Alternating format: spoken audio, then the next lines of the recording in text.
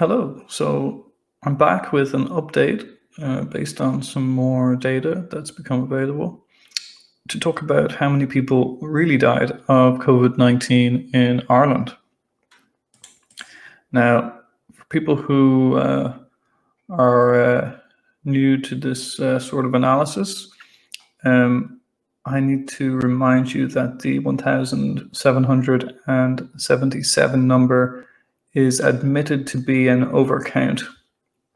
So it's not hard to find the news stories about this, but essentially it includes people who died of other things. So I simply ignore that number. 1,777 is a completely useless number, not worth even mentioning.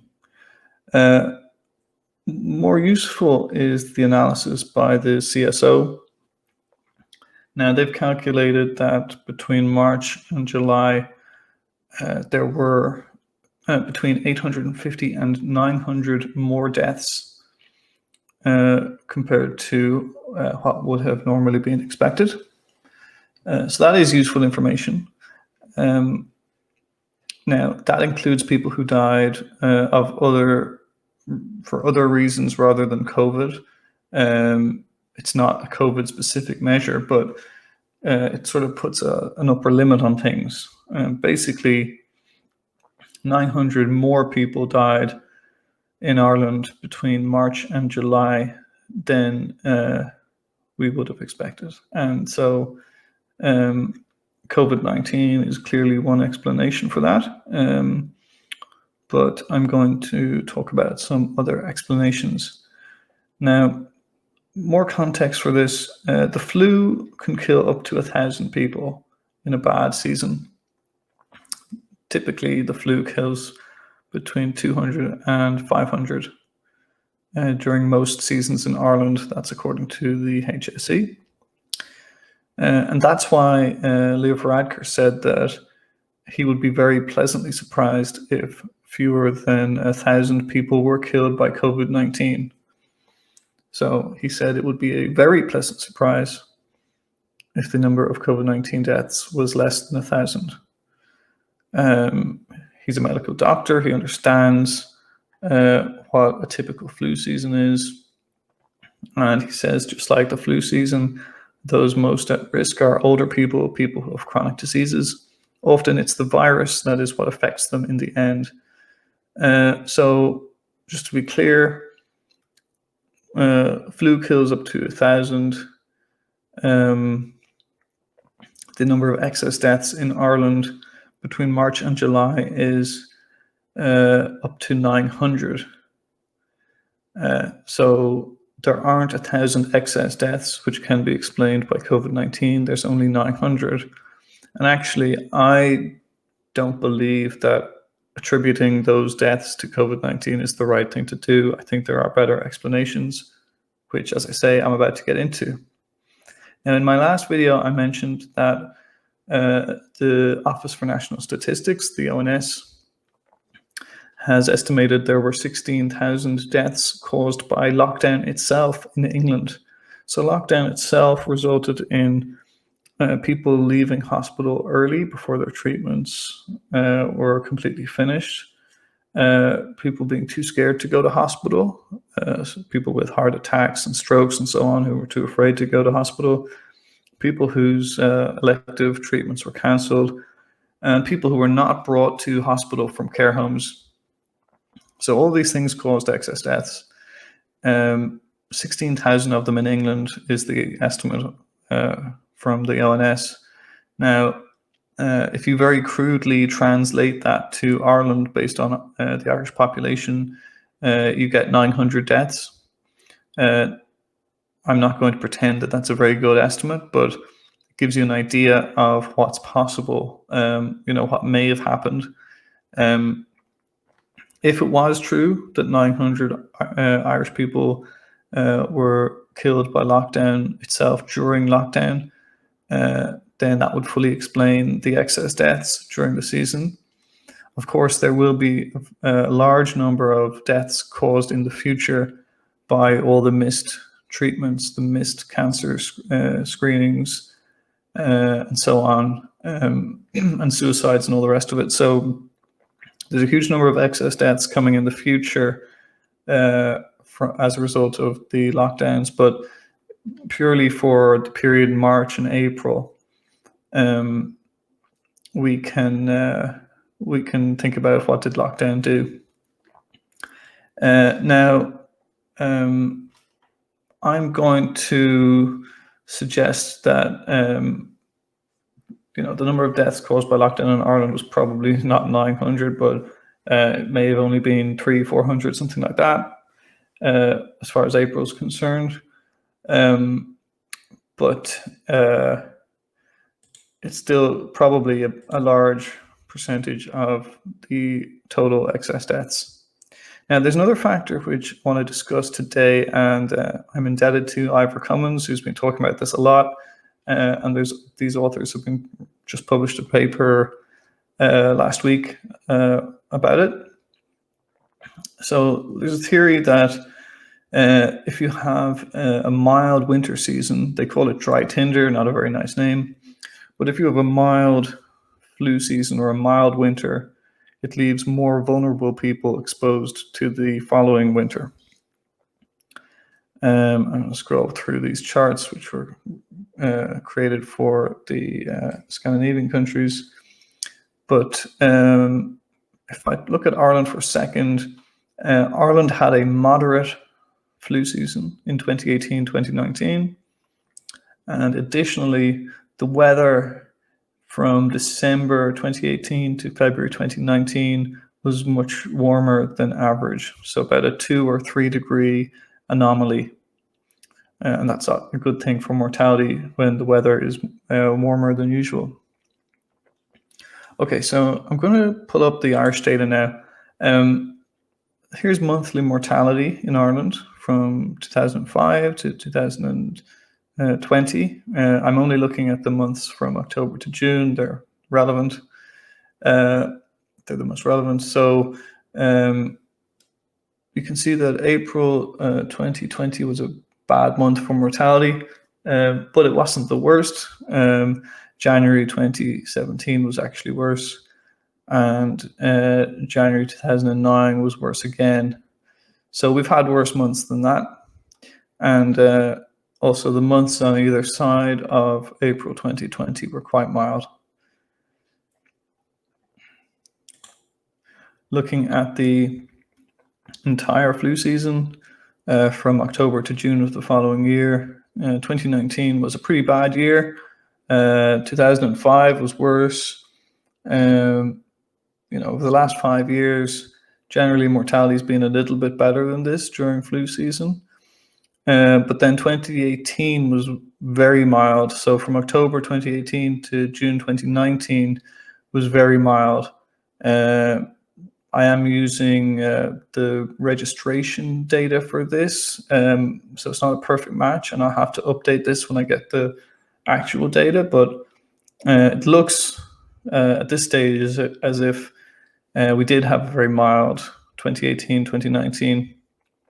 This kind of chimes with another data source I used from the General Register. So I think we had a very mild season in 2018-19, and then perhaps that helps to explain why 2019-20 was worse, because I think there's a tendency for these to sort of oscillate.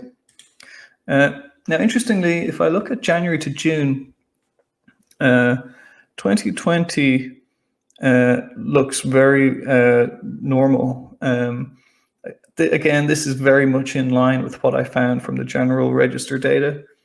I found, when I looked at that data, I found that 2020 was milder, as in it had less mortality than 2018. I found it had less mortality than 2015, which again seems to be true in this case as well. And I found 2016 was also worse than 2020.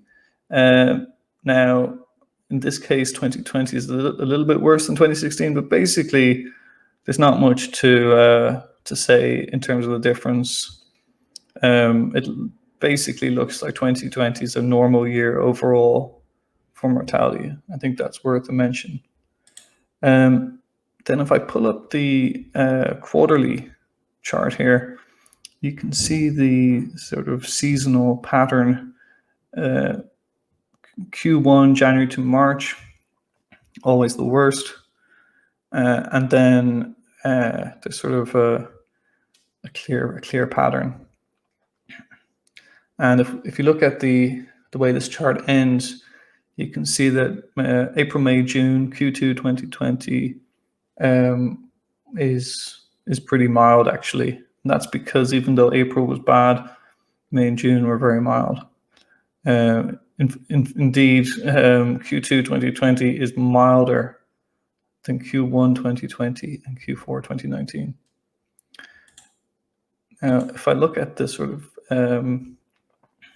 the seasonal pattern again, I've got the red line here showing what a typical year looks like, and the average year.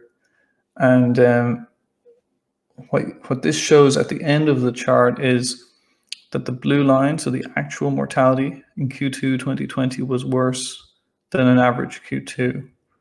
But against that, the actual mortality was quite mild in the previous winter, in Q4 2018. So I want to get into that a little bit deeper, because I think there's another sort of plausible explanation here. I'm not going to suggest that it explains everything that just happened, but I think it explains it sort of partially. So if you bear with me now, and I'll pull up this chart here. So these bars represent the quarterly difference between what actually happened in terms of mortality and what would be expected for that quarter. And so what I'm trying to highlight here and illustrate for you is that Q4 2018 was very mild. And so that's the previous winter. We had a very, very mild winter. And then Q1 2019 was also somewhat mild. And then sort of a mixed bag here. And the net result is that by the time you get to March 2020, just before all the COVID deaths were recorded, we had a big deficit of mortality. So basically, we'd been doing really, really well in terms of mortality, but doing a lot better than average. And mortality does improve over time. That's worth mentioning. So it's safer to live in the 2010s than in the 2000s. But even so, I think it's worth mentioning that basically we were doing pretty well in mortality just before Q2 2020. So obviously this line here is representing the sort of cumulative impact of each of the quarterly results. And then Q2 2020 was worse than expected for mortality. So Q2 2020 was worse than the average Q2, but it actually didn't fully reverse the deficit which had been built up from the prior winter. So basically my point is that if you include the mild winter in your analysis from last year, we're actually doing pretty well still for mortality. So it's good news. Now, I don't have like the final data set that I would want to definitively say that, I've proved that this works. The final data is going to be released sort of gradually, and I'm going to have to be patient for that.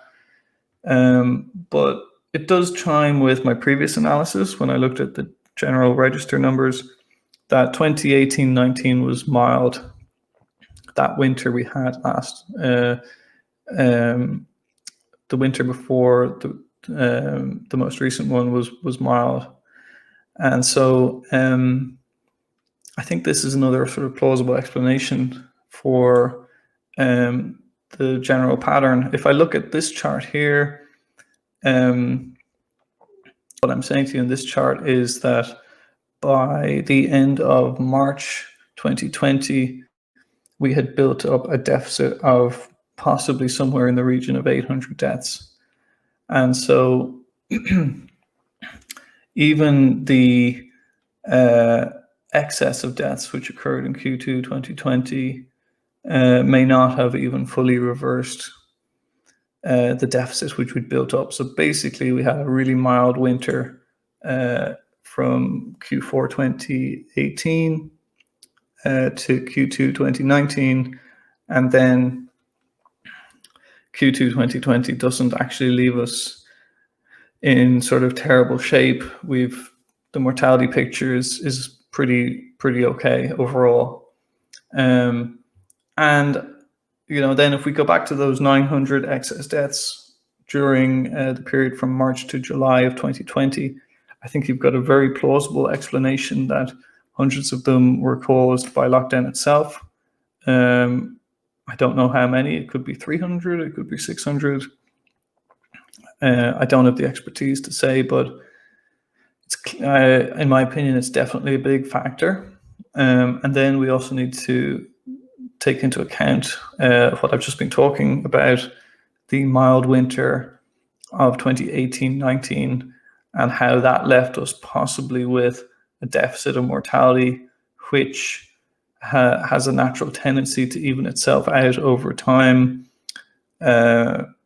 excluding, of course, there's a general improvement in mortality over time, but when you have a seasonal deficit or excess, that can sort of reverse over time. So I haven't got all the answers, obviously. I don't pretend to have all the answers, but I just think it would help the debate if people understood the actual excess deaths was 900, and of them, some percentage was due to COVID-19, but it could be quite close to zero, actually, if you subtract deaths caused by lockdown, if you subtract this sort of seasonal impact, it could be closer to zero than the bad flu scenario that Fradker mentioned. So in other words, it could be closer to zero than 1,000, possibly much closer. So I think I'll leave it there. Please do leave your comments. Let me know if you can help me improve the analysis. And thank you for watching.